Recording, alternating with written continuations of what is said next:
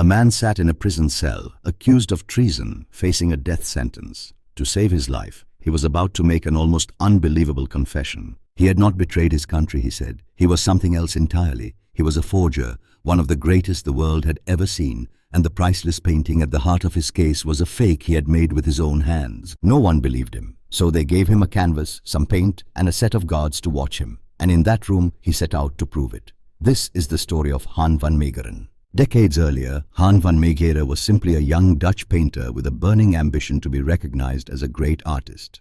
He painted in the classical style of the old masters, careful, technical, traditional. He believed his work belonged beside the greatest names in the history of art. But the world of art had moved on.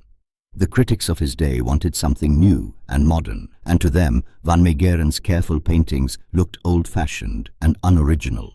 They dismissed him. They called him a talented imitator with nothing of his own to say. For a proud and ambitious man, it was a wound that never healed. That rejection curdled into something darker, a cold desire for revenge. If the experts thought he was only a copyist, then he would show them just how blind their expert eyes truly were.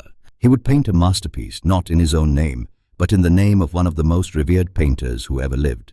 And he would watch the same critics fall to their knees before it. The painter he chose was Johannes Vermeer, the Dutch genius of light and quiet interiors, one of the most treasured names in all of art. Vermeer was the perfect target, and for one clever reason. Very few of his paintings survive, only a few dozen in all the world, and much about his life remains a mystery. That mystery left a gap. Scholars had long wondered whether the young Vermeer had painted religious scenes early in his career, works that might simply be lost. No one could prove they had never existed. Van Meegeren decided he would fill that gap himself. He would create a Vermeer that scholars secretly hoped to find, a lost religious masterpiece, and let their own dreams do the rest. But to fool the experts, a fake had to survive their tests. A painting from the 1600s is not just an image. It is aged wood, hardened paint, and a fine web of cracks that takes centuries to form. Van Meegeren became obsessed with defeating those tests. He worked in secret, teaching himself to fake not just Vermeer's hand, but the very passage of time itself. He hunted down genuine paintings from the 17th century, worthless old canvases, and carefully scraped them down so that his fake would sit on truly ancient cloth. He mixed his paints with a special resin, a modern chemical, so that when it was heated, the paint would harden like paint that had dried slowly over 300 years. Then he baked his finished paintings in an oven, curing them until the surface was rock hard. And finally, he rolled the canvas, forcing a delicate network of tiny cracks across it, the fingerprint of age. The result was a painting that could fool the scientific tests of the time. It looked old because, in every way that a laboratory could measure, it behaved as though it were old. His great forgery was a religious scene, a supper at a table, which he presented to the world as a newly discovered early Vermeer. Then he waited for the experts to come. And they came. The painting was shown to one of the most respected art authorities alive, a leading scholar of Vermeer, a man whose word could make or break a masterpiece. The scholar studied it and was moved almost to tears. He declared it a genuine Vermeer, and not just any Vermeer, but a magnificent one, a triumph of the master's art. It was everything Van Meegeren had dreamed of.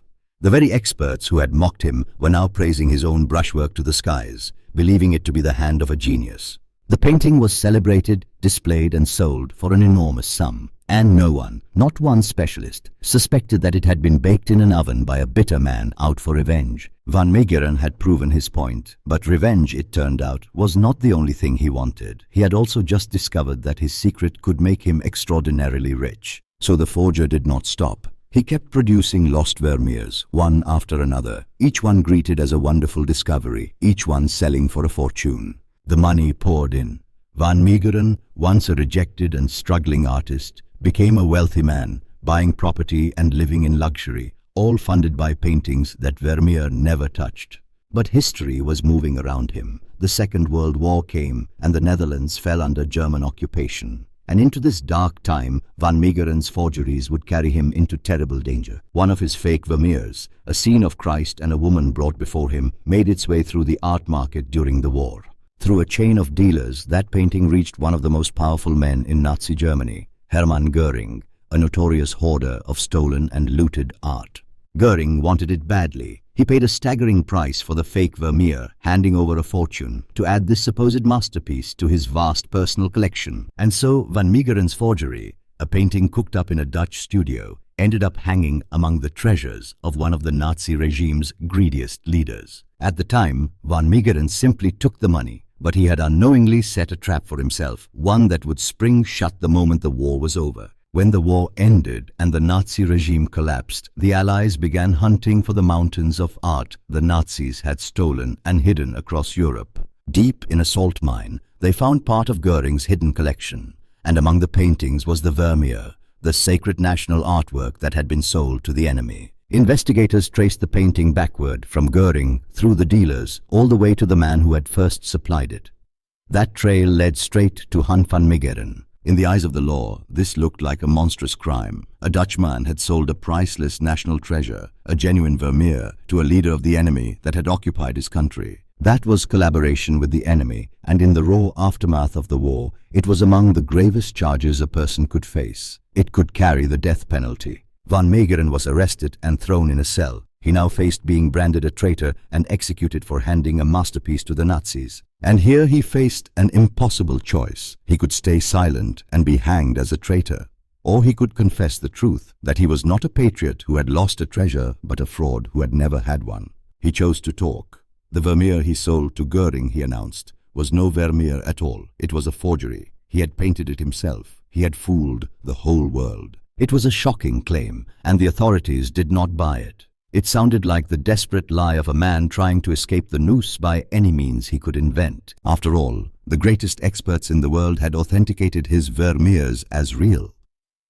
How could this disgraced painter now claim that all of them had been wrong, and he alone was right?